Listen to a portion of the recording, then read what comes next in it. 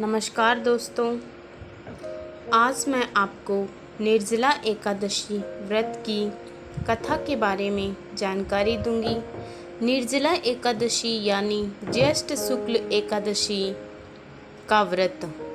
इस एकादशी को भीमसेनी या भीमसेनी एकादशी भी कहा जाता है। निर्जला एकादशी का एक वृत्तांत महाभारत में पांडवों के भाई भीम से जुड़ा होने के कारण इसे भीमसेनी एकादशी के नाम से भी जाना जाता है। प्रत्येक महीने में 2 एकादशी व्रत होते हैं। ये पूर्णिमा से पहले आने वाली एकादशी है।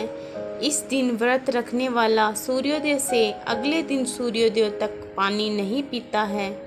कहते हैं कि पानी पीने से व्रत टूट जाता है। निर्जला एकादशी की व्रत कथा। एक बार भीमसेन जी व्यास जी से कहने लगे कि हे पितामह, भ्राता युधिष्ठिर, माता कुंती, द्रौपदी, अर्जुन, नकुल और सहदेव आदि सभी एकादशी का व्रत करने को कहते हैं, परंतु महाराज मैं भगवान की भक्ति पूजा आदि तो कर सकता हूँ, दान भी कर सकता हूँ, किंतु मैं भोजन के बिना नहीं रह सकता। इस पर व्यास जी कहने लगे, हे भीमसेन, यदि तुम नरक को बुरा और स्वर्ग को अच्छा समझते हो तो प्रत्येक मास की दोनों एकादशियों को अन्न मत खाया करो।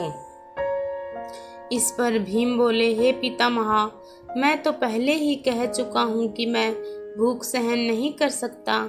यदि वर्ष भर में कोई एक ही व्रत हो तो वह मैं रख सकता हूँ, क्योंकि मेरे पेट में वर्क नामक अग्नि है, जिसके कारण मैं भोजन किए बिना नहीं रह सकता।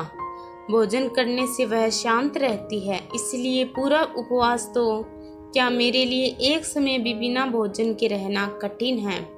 अतः आप मुझे कोई ऐसा व्रत बताइए जो वर्ष में केवल एक बार ही करना पड़े और मुझे स्वर्ग की प्राप्ति हो जाए।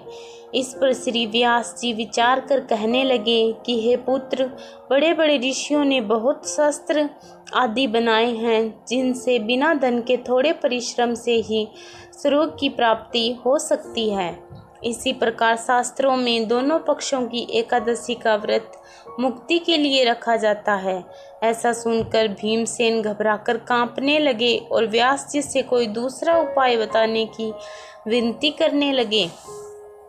कहते हैं कि ऐसा सुनकर व्यास जी कहने लगे कि वृषभ और मिथुन की संक्रांति के बीच ज्येष्ठ मास के शुक्ल पक्ष की जो एकादशी आती है उसका नाम निर्जला है। इस एकादशी में अन्न तो दूर, जल भी ग्रहण नहीं किया जाता। तुम उस एकादशी का व्रत करो। इस एकादशी के व्रत में स्नान और आचमन के सिवा जल का ही प्रयोग वर्जित है। इस दिन भोजन नहीं करना चाहिए और न ही जल ग्रहण करना चाहिए, क्योंकि भोजन करने से व्रत टूट जाता है। इस एकादशी में सूर्योदय से शुरू होकर द्वादशी के सूर्योदय तक व्रत रखा जाता है, यानी व्रत के अगले दिन पूजा करने के बाद व्रत का पारण करना चाहिए। व्यास जी ने भीम को बताया कि व्रत के बारे में स्वयं भगवान ने बताया था। यह व्रत सभी पुण्य कर्मों और दान से बढ़कर है। इस व्रत को करने से मनुष्य को सभी पापों से मुक्ति मिलती है। जय श्री कृष्ण। धन्यवाद।